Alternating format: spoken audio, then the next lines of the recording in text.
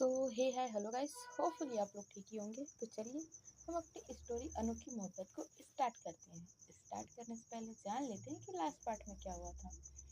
तो यहाँ last part में और आर्य हॉस्पिटल में होती है और रिद्धि उसका चेकअप कर रही होती है।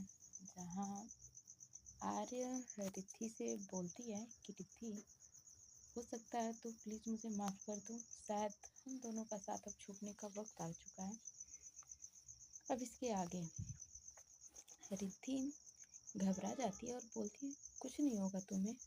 अगर हमारा साथ छूटना ही होता ना आज, तो हम लोग इतने टाइम बाद इतने दूर नहीं मिलते। हम दोनों के दिल, धड़कने, सांसें सब एक दूसरे से जुड़े हैं।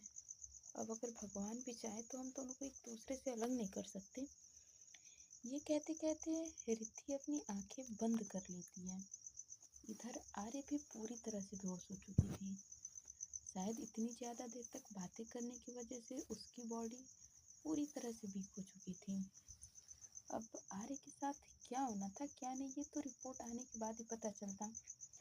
बाहर सब लोग दरवाजे पर लगे हुए शीशे से उन दोनों को देख रहे थे।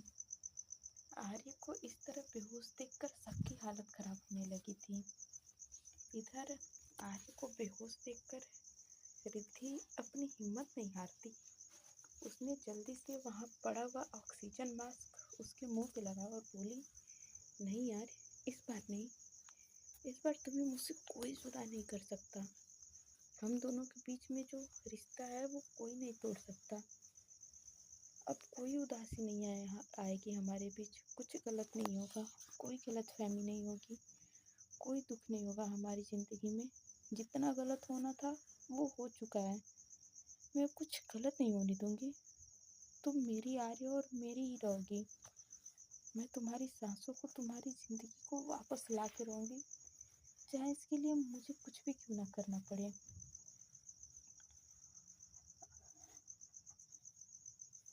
ये कहकर वो अपने आंसू पोंछती है और मन ही मन कहती है, हे भगवान, मेरी मदद करो और मेरे आर्य को ठीक कर दो। इनकी रिपोर्ट में कुछ भी गलत ना आए। रिद्धि वहाँ से बाहर जाने लगती है कि तभी एक नर्स हाथ में रिपोर्ट लिए हुए आती है और साथ ही एक डॉक्टर आता है जो कि सुबह उसके साथ था। उसके पीछे पीछे डॉक्टर डिसूजा, डॉक्टर रोहित अपनी पत्नी डॉक्टर निधि के साथ आते हैं। रिद्धि नर्स से वो रिपोर्ट लेती है और उन्हें पढ़ने लगती है। लेकिन उससे पहले ही डॉक्टर डिसूजा रिद्धि से कहते हैं, डॉक्टर कपूर, मैं ये सारी रिपोर्ट बहुत अच्छे से स्टडी कर ली है। आर्य के ब्रेन की जितनी भी टेस्टिंग करवाई गई थी, उनके हिस्से से ब्रेन में कोई मेजर डैमेज नहीं हुआ है। लेकिन उनकी जो बैकबोन में चोट लगी है, हो सकता है कि उसकी वजह से आगे उन्हें कुछ प्रॉब्लम हो, और हो सकता है उनका नर्वस सिस्टम भी थोड़ा डैमेज हो चुका है।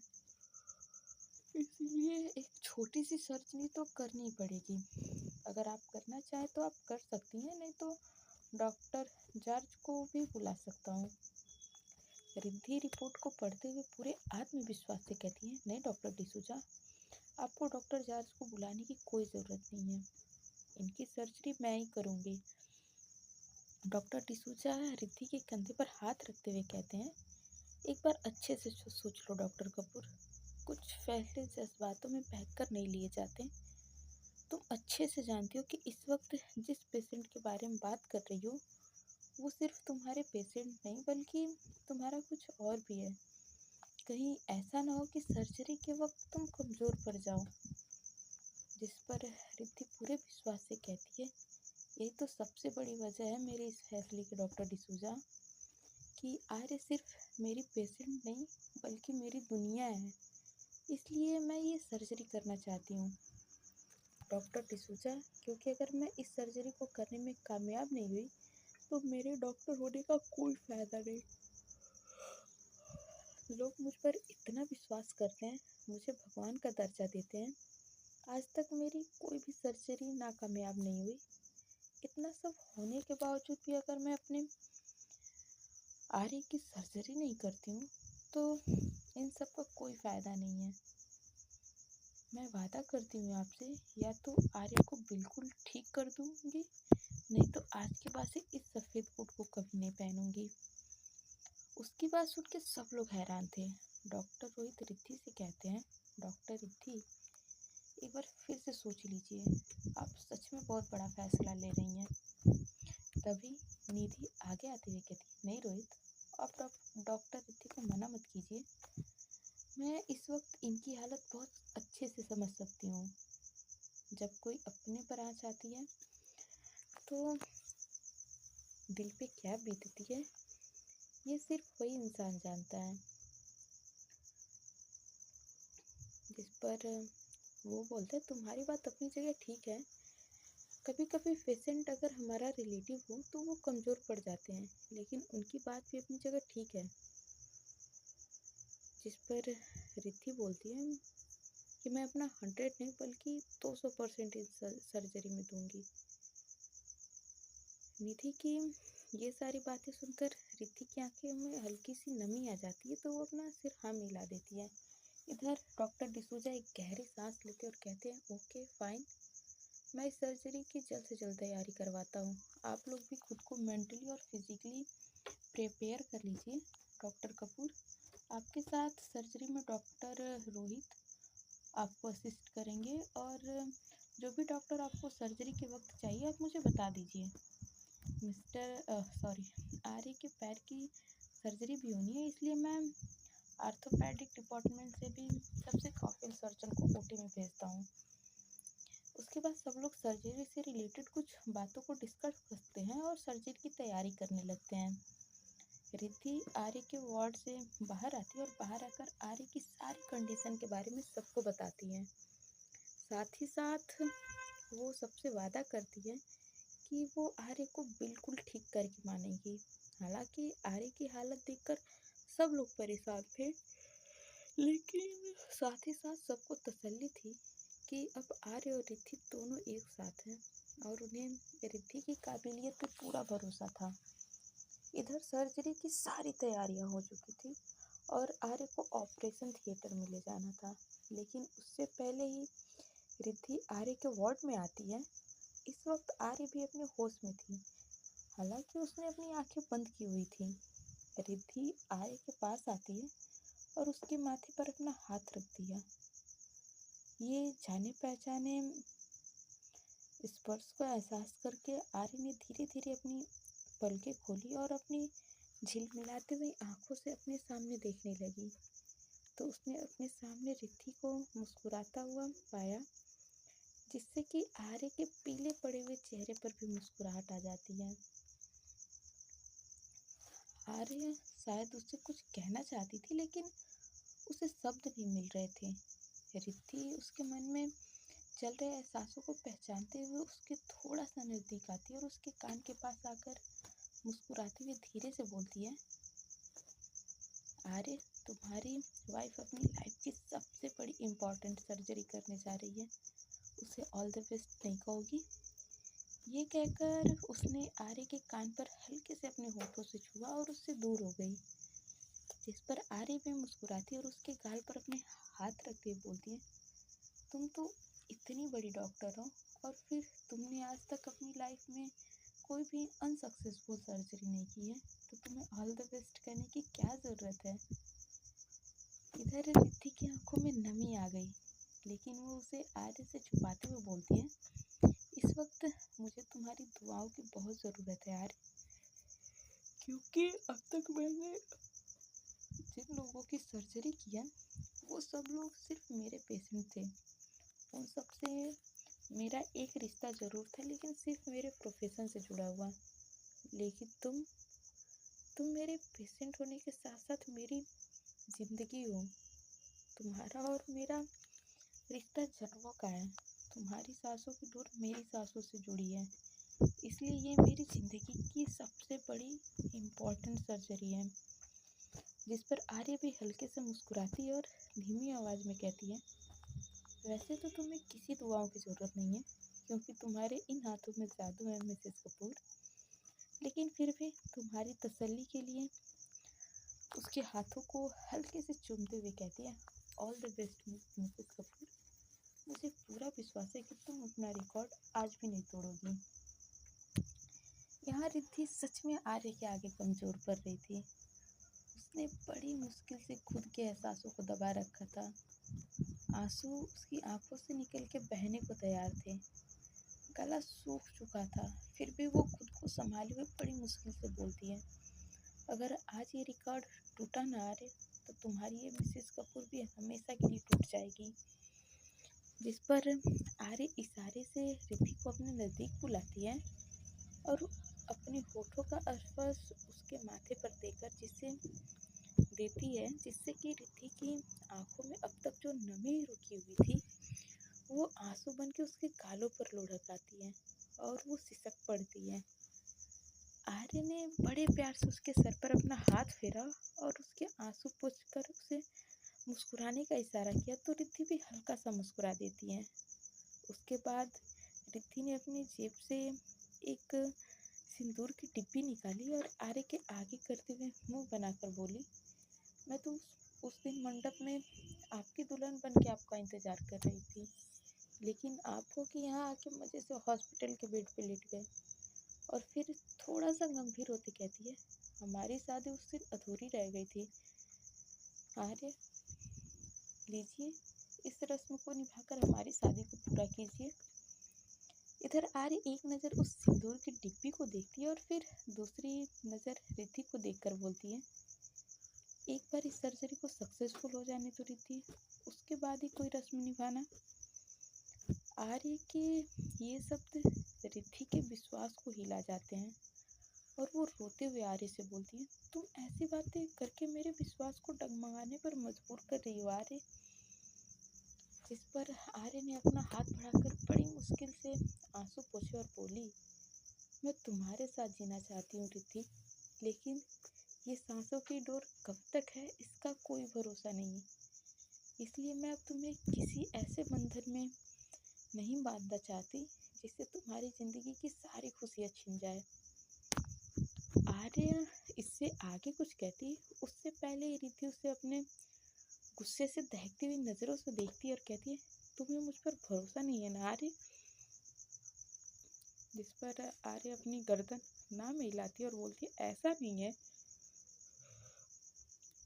रिद्धि गुस्से से बोलती है, अगर ऐसा नहीं है तो एक बार कान खोल के सुन लो, तुम हो तो ये जिंदगी है और ये जिंदगी है तो खुशियाँ हैं, अगर तुम नहीं हो तो कुछ भी नहीं, अगर आर्य नहीं तो मिसेस कपूर भी नहीं, समझी तुम।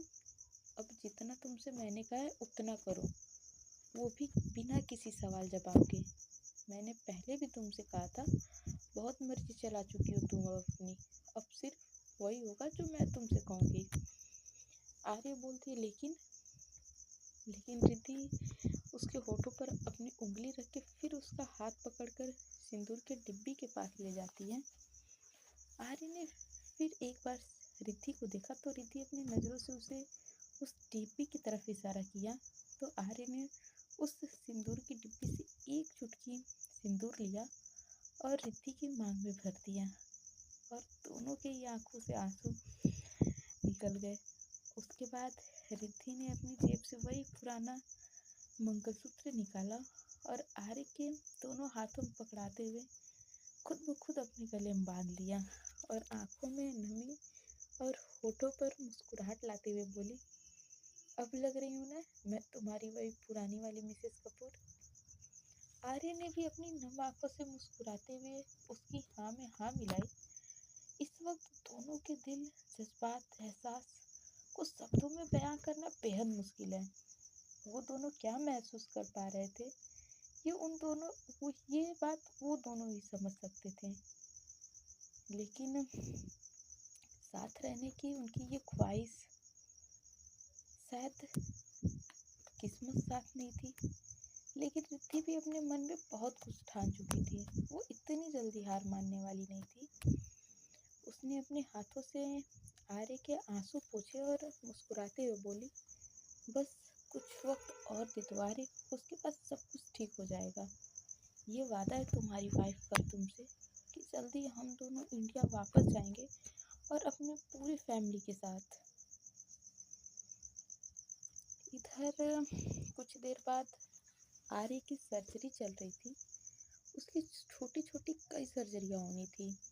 आर्य ऑपरेशन थिएटर में थी और बाकी सारा परिवार ऑपरेशन थिएटर के बाहर आर्य की सलामत होने की प्रार्थना कर रहा था। दादी माँ, दादाजी, माहिरा, राहुल यहाँ आ चुके थे। लगभग 6 घंटे ऑपरेशन थिएटर का दरवाज़ा खुलता है और रिद्धि आंखों में आंसू और होठों पर मुस्कुराहट लिए हुए बाहर आती है। सब लोग उसकी मुस्कुराहट को देखकर समझ जाते हैं कि आर्य बिल्कुल ठीक है। किसी को भी किसी से कुछ कहने की ज़रूरत नहीं पड़ती, बस सब लोग एक दूसरे से गले मिलकर अपनी खुशी जाहिर कर रहे थे। सब लोग रिद्धि से मिलकर बात करना चाहते थे, आर्य के बारे में कुछ जानना चाहते थे, लेकिन रिद्धि अभी इस हालत में नहीं थी कि वो किसी से कोई भी बात कर सके। कुछ देर वो अकेले रहना चाहती थी। वो इसलिए बिना किसी से मिले, बिना किसी से कुछ कहे अपने केबिन की तरफ चली जाती है। उसे इस तरह से जाता देखकर सारे लोग हैरान थे। दादाजी बढ़ के उससे रोकने लगते हैं कि तभी नेहा कहती है, दादाजी, दादी माँ, जाने दीजिए उसे। इस वक्त तो किसी से कुछ नहीं कह पाएगी। अपनी ज़िंदगी की बहुत बड़ी और बहुत मुश्किल जंग जीती है उसने। अब वो खुद के साथ अकेले रहना चाहती है। अपना दुख जो वो इतने समय से खुद के अंदर दबाए हुए थे उसे निकालना चाहती है, वो बिखरना चाहती है। इस वक्त उसकी हालत क्या है हम में से कोई नहीं समझ सकता। इस ऑपरेशन थिएटर के बाहर खड़े होकर एक परीक्षा अगर हमने दी है तो उस ऑपरेशन थिएटर के अंदर खड़े रहकर अपनी ज़िंदगी की सबसे बड़ी परीक्षा उसने दी है, जिसमें अगर वो फेल हो जाती तो अपना सब कुछ खो देती। उसका खुलकर रोना, उसका बिखरना बहुत ज़रूरी है ताकि वो खुद को संभाल सके। नेहा की बात सबको सही लगती है और कोई भी रिद्धि के पीछे नहीं जाता है। अंदर से डॉक्टर रोहित और उनके साथ के डॉक्टर निकल कर आते हैं और वो भी आर्य की कंडीशन के बारे में उन सबको बताते हैं, जिसे सुनकर बहुत तसल्ली होती है सबको। आर्य अभी कल सुबह तक होश में नहीं रहने वाली थी, इसलिए किसी को भी उससे मिलने की इजाज़त नहीं थी और वैसे भी रात हो चुकी थी और हॉस्पिटल में सबका रुकना मना था, इसलिए सबको घर भेज दिया जाता है। इधर इंडिया से एक इम्पोर्टेंट कॉल आता है तो दादाजी को पता चलता है कि मुंबई में उनकी कंपनी पर रेड पड़ गई है। इसलिए आर्य या ईशान से किसी का भी जल्द से जल्द इंडिया जाना बेहद ज़रूरी है। आर्य तो इस हालत में नहीं थी कि वो कुछ कर सके, इसलिए दादाजी ज़बरदस्ती ईशान को वापस जाने के लिए कहते हैं। हालांकि ईशान आर्य और नेहा को ऐसी हालत में छोड़कर नहीं जाना चाहता था, लेकिन सबके कहने पर वो इंडिया चला जाता है। ईशान नेहा को अपने साथ ले जाना चाहता था, लेकिन नेहा ने जाने से मना कर दिया क्योंकि इस वक्त उसका इतना लंबा सफ़र करना बहुत ही मुश्किल था। नेहा जाते जाते उसे खुद का ख्याल रखने का वादा करती है तो ईशान बेमन से इंडिया के लिए निकल जाता है। इधर रिद्धि अपने केबिन में आती है और अपने ड्रॉ से आर्य की फ़ोटो निकालकर उसे अपने सीने से लगाकर ज़ोर ज़ोर से रोने लगती है। इस वक्त वो बिलख बिलख के रो रही थी। वो रोते हुए आर्य की तस्वीर से कहती है, मुबारक हो आर्य, तुम्हारी मिसेज ने अपनी लाइफ का सबसे इम्पोर्टेंट एग्ज़ाम पास कर लिया है। हम जीत गए आर्य, अब हमें कोई जुदा नहीं कर पाएगा, कोई भी नहीं। अब मैं हम दोनों के बीच किसी को नहीं आने दूंगी। वो काफ़ी देर तक वहीं बैठे हुए उस तस्वीर से बातें करती है। जब बहुत देर हो जाती है तो वो अपने हाथों से अपने आंसू पोंछती है और मुस्कुराते हुए आर्य की फ़ोटो को चूम लेती है और कहती है, ये आखिरी बार है आर्य जब तुम्हारी जगह ये तस्वीर है। आगे से हर बार इस तस्वीर की जगह तुम मेरे सामने होगी और मैं जी भर के तुम पर अपना प्यार लुटाऊंगी। जितना इन 6 सालों में मैं तुम्हारे लिए तड़पी हूँ ना, उतना ही तुम्हें भी तड़पाऊंगी, देख लेना। कहकर वो फिर से उस फोटो को चूम लेती है और वापस उसे रख देती है। वो आर्य की डिटेल्स लेने के लिए अपने कैबिन से बाहर निकलती, लेकिन इन सब के बीच में उसे पता नहीं चलता कि ईशान इंडिया वापस जा चुका है। और ईशान के जाने के बाद नेहा की तबीयत भी खराब हो चुकी थी। उसे भी इसी हॉस्पिटल में एडमिट कराया जा चुका था। वैसे भी उसकी डिलीवरी डेट नज़दीक थी, तो उसे लेबर पेन शुरू हो चुका था। रिद्धि भागते हुए लेबर रूम में आती है तो मायरा उसे बाहर ही मिल जाती है। वो मायरा से पूछती है नेहा कैसी है, जिस पर मायरा स्माइल करते हुए कहती है वो बिल्कुल ठीक है, बस तू फिर से बड़ी मम बनने के लिए तैयारी कर ले। रिद्धि बेचैनी से बोलती है अंदर कौन से डॉक्टर है। मायरा उसकी बात काट के कहती है मैं हूँ उसकी डॉक्टर, और मैं ही उसकी डिलीवरी करवाने वाली हूँ। अब तू चिंता मत कर, कुछ खा ले, बाकी सबका भी ख्याल रख। मैं जानती हूँ तूने कल से कुछ नहीं खाया है।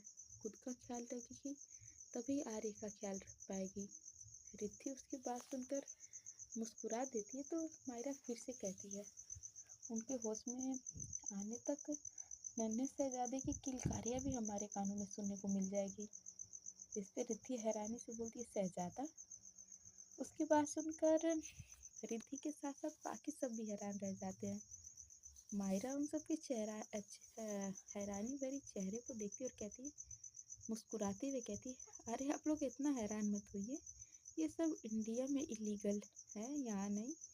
अभी अल्ट्रासाउंड में पता चला है कि आपके घर में बेबी बॉय आने वाला है। सो फ्रेंड्स, आज के पार्ट में बस इतना ही। मिलते हैं नेक्स्ट पार्ट में और जानते हैं कि आने वाले पार्ट में क्या होता है। तब तक के लिए bye bye, tata, take care. आप लोग अपना ध्यान रखिए। Bye bye.